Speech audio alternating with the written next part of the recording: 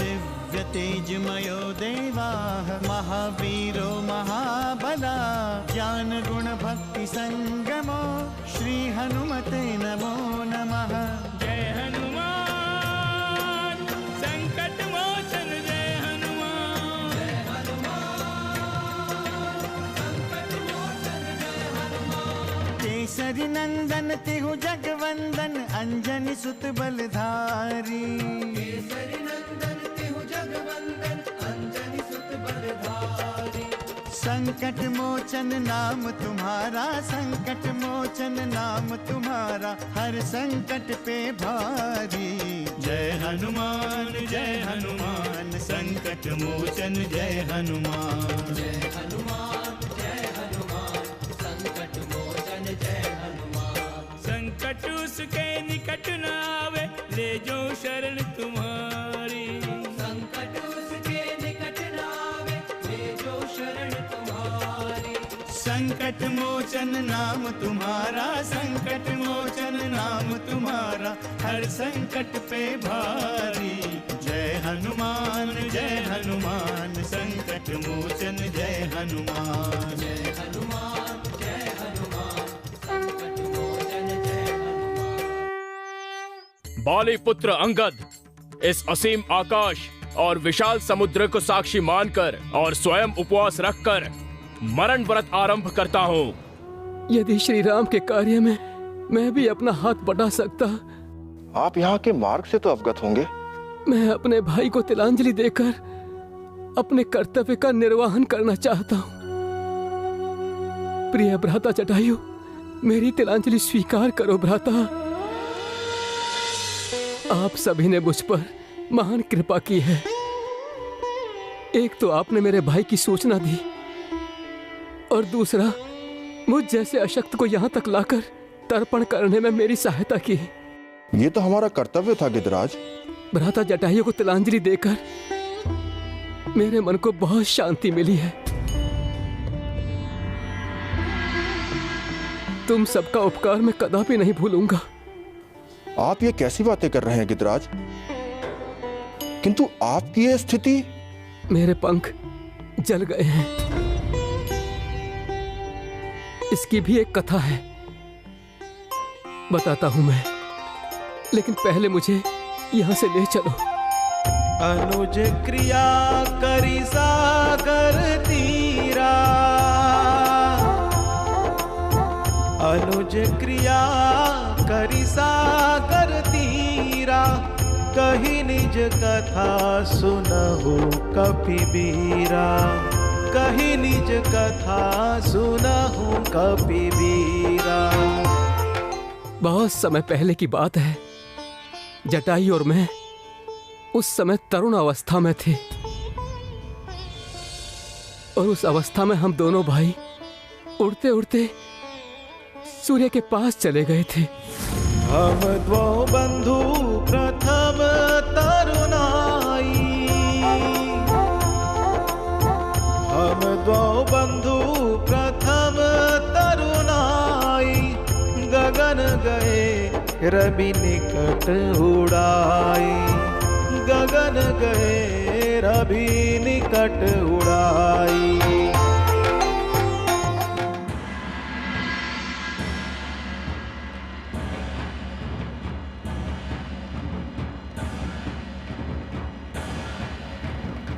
भ्राता, यह सूर्य का भयंकर तेज मुझसे सहन नहीं होता।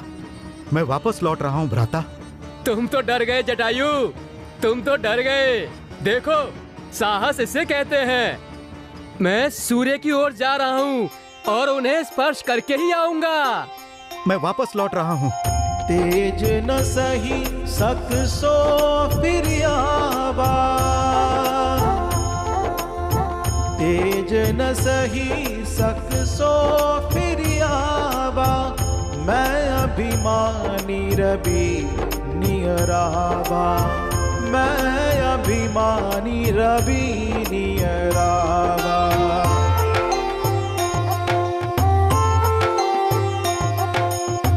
जरे पंख अति तेज अपारा।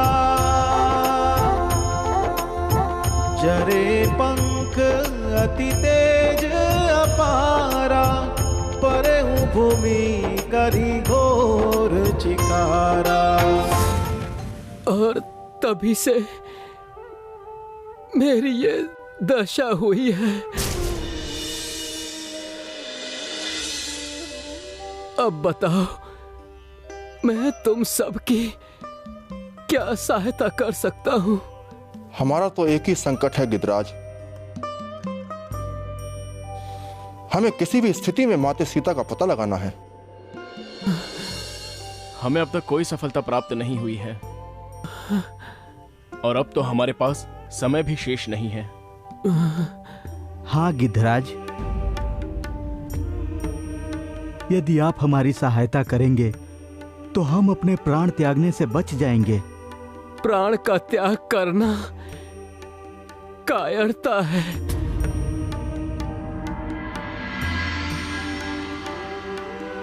मैं कदापि ऐसा परामर्श तुम लोगों को नहीं दूंगा। वृद्ध होने के कारण मैं शरीर से तो तुम लोगों की कोई सहायता नहीं कर पाऊंगा,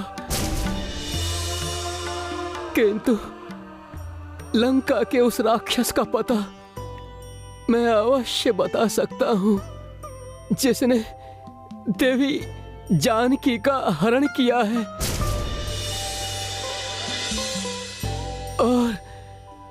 और मेरे भ्राता जटायु को मार डाला है। यदि आप हमें इतना बता दें तो हम अपने कार्य में सफल हो जाएंगे और आपका ये उपकार हम कभी नहीं भूलेंगे। तो सुनो, पहले मैं अपने पुत्र पार्श्व के साथ रहता था। संकट मोचन जय हनुमान। क्या हनुमान या अंगद से हमारी स्थिति छिपी हुई है? क्या वो ये नहीं जानते कि हम पल पल उनकी प्रतीक्षा कर रहे हैं?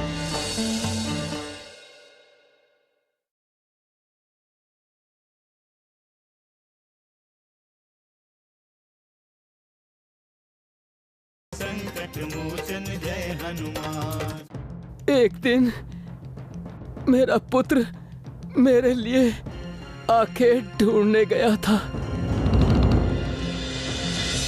किंतु संध्या में वो खाली हाथ लौटा।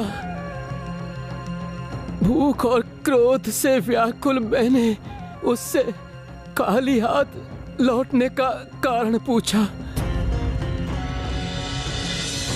तो उसने मुझे बताया कि उसे रास्ते में एक विशाल शरीर वाला राक्षस मिल गया था,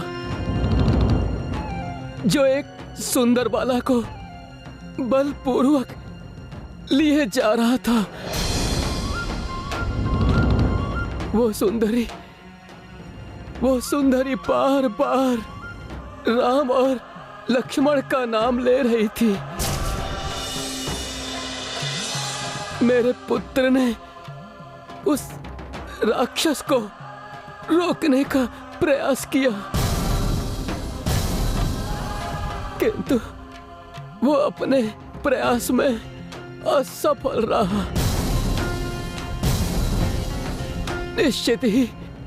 निश्चित ही ये वही राक्षस था जिसका पता लगाने के लिए तुम सब लोग निकले हो। सत्य कहा आपने, वो वही है राक्षस राज रावण। किंतु वो देवी जानकी को लेकर कहाँ गया? वो देवी जानकी को लेकर आकाश मार्ग से समुद्र के पार गया था।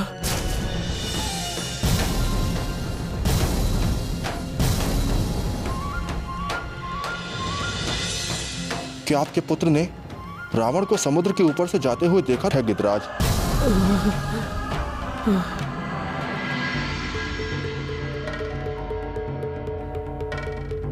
मैं अभी भी